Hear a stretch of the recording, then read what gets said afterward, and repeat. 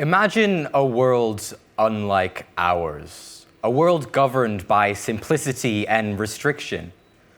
A person lives the same life over and over again, but with a curious twist. Each morning, they're given 3 choices about how they want to spend their day. Will they have toast, porridge, or eggs for breakfast? Will they wear their blue shirt, gray sweater, or black jacket? Will they take the number 52 bus, walk to work, or cycle? Now, these choices may seem small, almost trivial, but they shape the tone of their day. A different breakfast might brighten their mood. A different route might spark a fleeting moment of reflection or discovery. Beyond these subtle variations, their life remains the same. It's routine. And yet, there's a profound contentness in the simplicity of it all.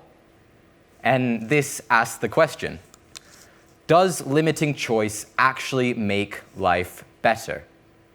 Now, I would argue that it does, to an extent. By reducing the overwhelming possibilities of a chaotic world, we're not burdened by stress or anxiety or indecision. Instead, they can fully embrace the path they've chosen, no matter how modest. And they leave more time for the small joys in life, the taste of their breakfast, the rhythm of their walk, the familiarity of their work. This person's life is a powerful reflection of something we face every day, the paradox of choice. When we're given too many options, we feel overwhelmed, stressed, or dissatisfied. But when our options are intentionally limited, life can become richer. By choosing less, we create space to live more, to find beauty in the simplicity of routine and fulfillment in the moments we often overlook. So the next time you're faced with an endless array of options, ask yourself, do you truly need them all? Sometimes less is more. As we grow up, we gain freedom. Now, there's physical freedom, being able to go where you like, buy what you want, treat your body how you wish. There's emotional freedom. We learn to rely less on others' opinions of us, and the fears and anxieties that once held us back are gone. But what I want to talk about today is intellectual freedom. The freedom to pursue education in any topic, to make your own opinions, have your own religion, and, in my opinion, most importantly, to make your own choices. Now, this idea is comforting the belief that you and only you have the power to control your own future. We're told that if we work hard, we can achieve the life we envision. And we're surrounded by people who do this.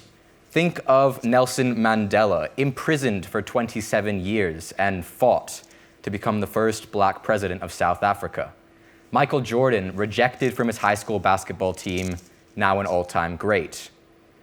These stories are meant to inspire us, to ignite a fire in the next generation. We're told to look at these people as proof that success is possible if only we work hard enough. And from a young age, we're encouraged, and sometimes even pressured, to figure out our own path in life, to find out what we want to be.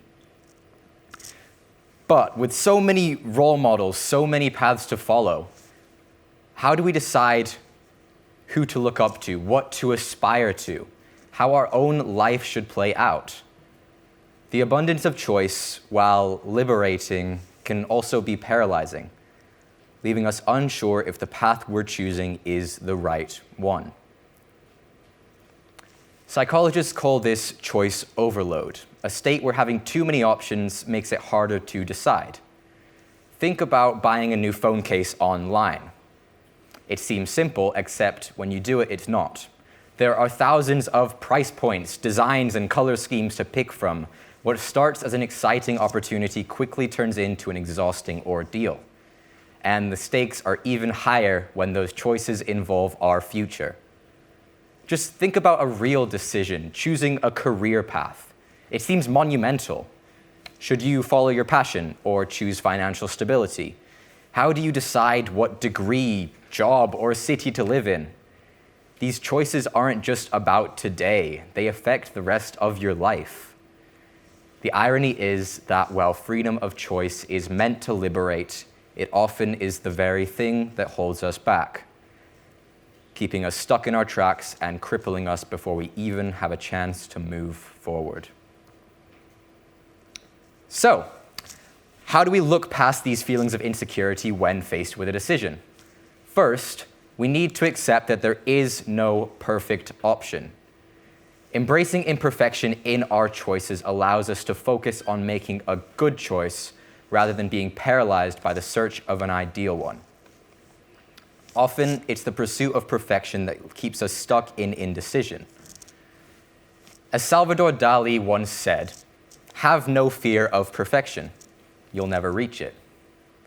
Now, this encourages us to look past the unrealistic expectations of perfectionism and instead embrace the beauty of imperfection. Remember, it's not about making the perfect choice. It's about making a choice and learning from it. Another technique is the 10-10-10 rule by Susie Welch. I use it all the time. Whenever you're faced with a decision, you ask yourself 3 questions. How will I feel about this in 10 minutes, in 10 months, and all the way in 10 years? Now, this allows us to overlook the immediate emotions we face when having to make a decision, and instead focus on the long-term outcome, whether it's something simple like getting a haircut or something more complex like a university. Nowadays, in the digital age, the internet is an endless stream of conflicting advice, resources, and data, often leaving you more confused than informed.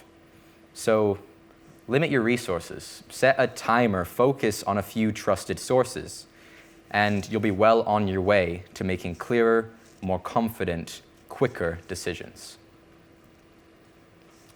But what if the next website you were about to click on had the ideal answer to your question? Or what if the next person you were going to ask was going to tell you the perfect thing?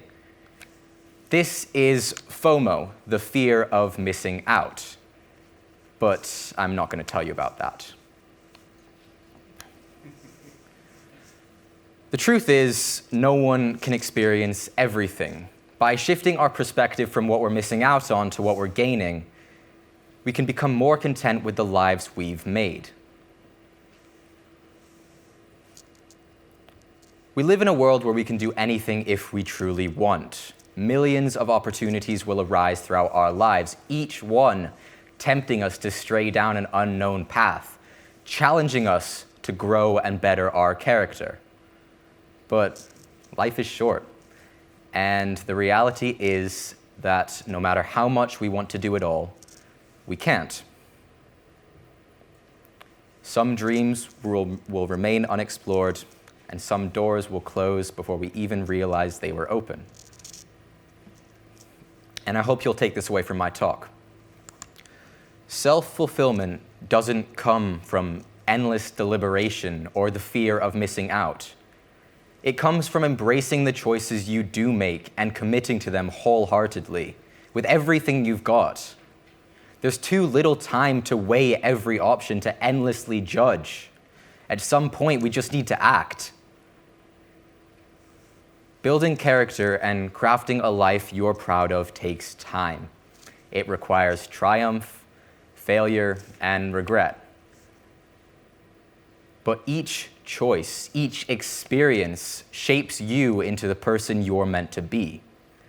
And one day, when you look back on who you were, I hope you'll feel a deep sense of pride. Not because you did everything, but because you embraced enough. Enough to live, enough to grow, enough to find joy. My dad always tells me, run as if your hair is on fire. And to me, this isn't about panic or urgency. It's about passion. It's a reminder to dive into life with energy, courage, and purpose, and not let fear or hesitation hold you back. So make a choice, fight for it, and trust that you'll end up a better version of yourself. Thank you.